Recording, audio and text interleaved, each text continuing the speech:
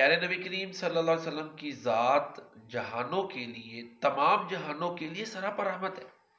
چنانچہ اس کی ایک مثال اور شکل یہ ہے کہ جب نبی کریم صلی اللہ علیہ وسلم کی بعثت ہوئی تو اللہ تعالیٰ نے حق کا اس طرح اہتمام کیا کہ شیاطین اور جنات پر پابندی لگ گئی کہ وہ آسمانوں پر نہیں جا سکتے، اور جو احکامات اور وحی فرشتوں کو اللہ تعالیٰ دیتے ہیں آگے نبی کریم صلی اللہ علیہ وسلم پر جو وحی نازل ہوتی ہے اس کو وہ سن نہ سکے، چڑا نہ سکے۔ چنانچہ حق اور باطل میں جو ایک طرح کی وہ ملاوٹ کرتے تھے شیاطین اور جنات، اس کا اللہ تعالیٰ نے سدباب کر دیا، لوگوں تک خالص حق پہنچے۔ تو پیارے نبی کریم صلی اللہ علیہ وسلم کی بعثت کے ساتھ اللہ تعالیٰ نے یہ اپنی رحمت کا یہ بھی اہتمام کیا کہ حق اور باطل کو الگ کیا، اس کا اہتمام کیا، پیارے نبی کریم صلی اللہ علیہ وسلم پر قرآن اتارا جو کہ فرقان ہے، لوگوں پر حق واضح ہو۔